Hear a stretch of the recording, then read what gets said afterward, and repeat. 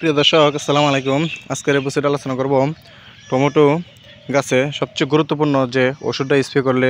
এই যে দেখেন টমেটো গাছ অনেক সুন্দর, কিন্তু রোদ্রে শ্যামার মধ্যে এক সাইডে শ্যামা আছে, তো এই কারণে ভিডিও করতেছে, তো লেগে আসতেছে না। এই যে ফুল আসতেছে, এই দেখতেছেন, এই ফুলগুলা কিন্তু জোয়ার স্প্রে করলে কিন্তু ফুলগুলো টিকে দেবে, না হলে কিন্তু কেমন এই ফুলগুলা টিকবে না। কিন্তু প্রথম যে ফুলগুলো আসে এগুলো টিকে না। আর যারা আগাম শ্বাস করছেন তাদের নিচে কিন্তু শাখা প্রশাখা একবারে কম আসে। এই যে একটা গাছ আমি দেখাই, দেখেন নিচে কোনো শাখা নাই, হ্যাঁ, শাখা প্রশাখা নাই।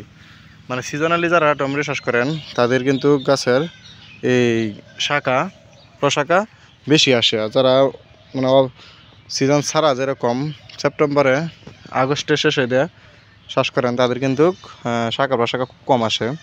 এই যে গাছগুলো দেখছেন মাশাআল্লাহ অনেক সুন্দর আর অনেক উঁচা, ফুল আসতেছে।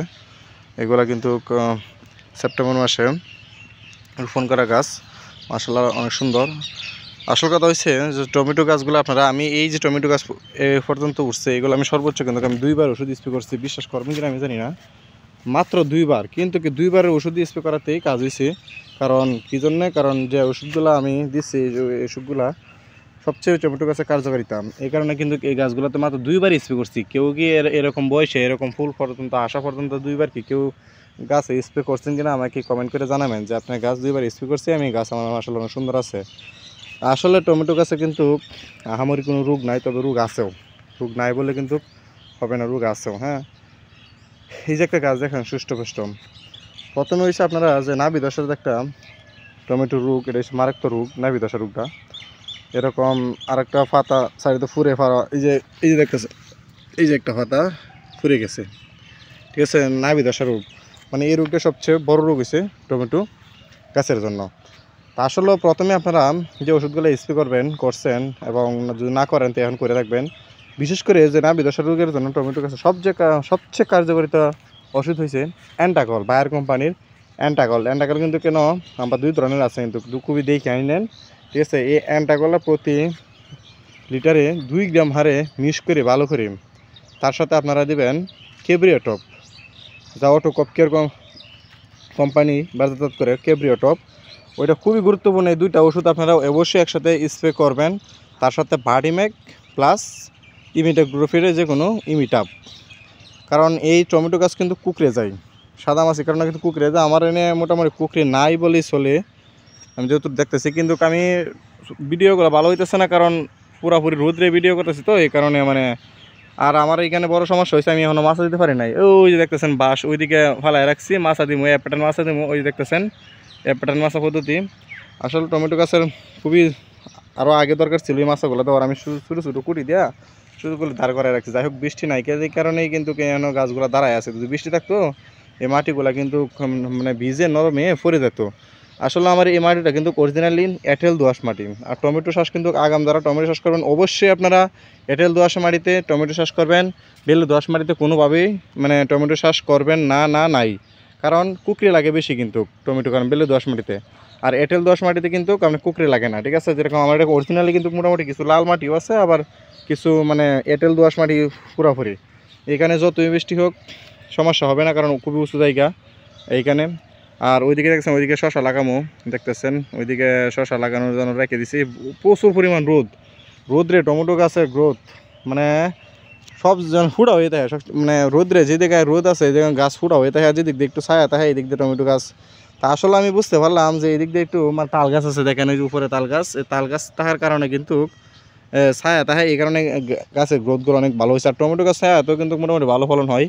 তাই আমি বিশেষ করে চিন্তা ভাবনা করলাম যে এই বছর তো চলে গেছে, আগামী বছর আপনার চৈত বৈশাখ অথবা জ্যৈষ্ঠ মাসে আমি বাংলা বলতেছি যে ফলি হাউস করে টমেটো করলে। আসলে মানে ফলি হাউসে যদি অতিরিক্ত তাপমাত্রা আর বৃষ্টিপাত না পড়ে, মানে অতিরিক্ত তাপ মানে রোদ যদি না লাগে, তাহলে টমেটো গাছ খুবই সুন্দর থাকে, যেরকম সুষ্ঠুপুষ্ট থাকে এবং ফলনও ভালো হয়।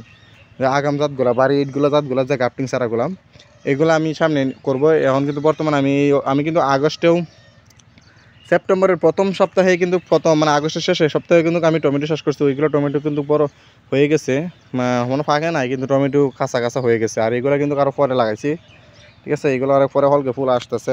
এগুলো হচ্ছে সিজনালি, তবে সিজনালি একটু আগাম, মানে সেপ্টেম্বরের শেষ দিকে, শেষ সপ্তাহে ওইটা লাগাইছি। মানে অক্টোবরের শুরুতে না মানে 20-25 তারিখে মনে হয় লাগাইছিলাম, তবে অতটা আমার খেয়াল নেই এই তারিখটা, যতটুকু আমি মানে মনে নেই, তো এই কারণে বলতে পারতেছি না।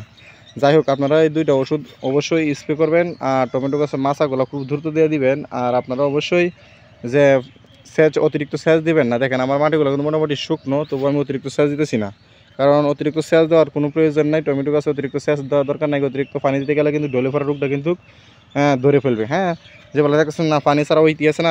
আর আপনারা যে সময় ফুল, এখন তো ফুল আসছে, যে সময় করা ধরবো টমেটো গাছে করা আসাকালীন আপনারা অবশ্যই সার প্রয়োগ করবেন এখানে, আর সাথে হিউমিক অ্যাসিড অবশ্যই দিবেন আপনারা। ঠিক আছে, আপনারা আমার বিশেষ মানে কথাগুলো হয়েছে যে আপনারা যারা টমেটো গাছে যেরকম যে সময় গুটিয়ে চলে আসবে, হ্যাঁ ফুল অবস্থায় না দিলেও চলবো, গুটি অবস্থায় আপনারা যে সময় দেখতেছেন গুটি চলে আসতেছে, ওই সময় আপনারা অবশ্যই পানি দেওয়া।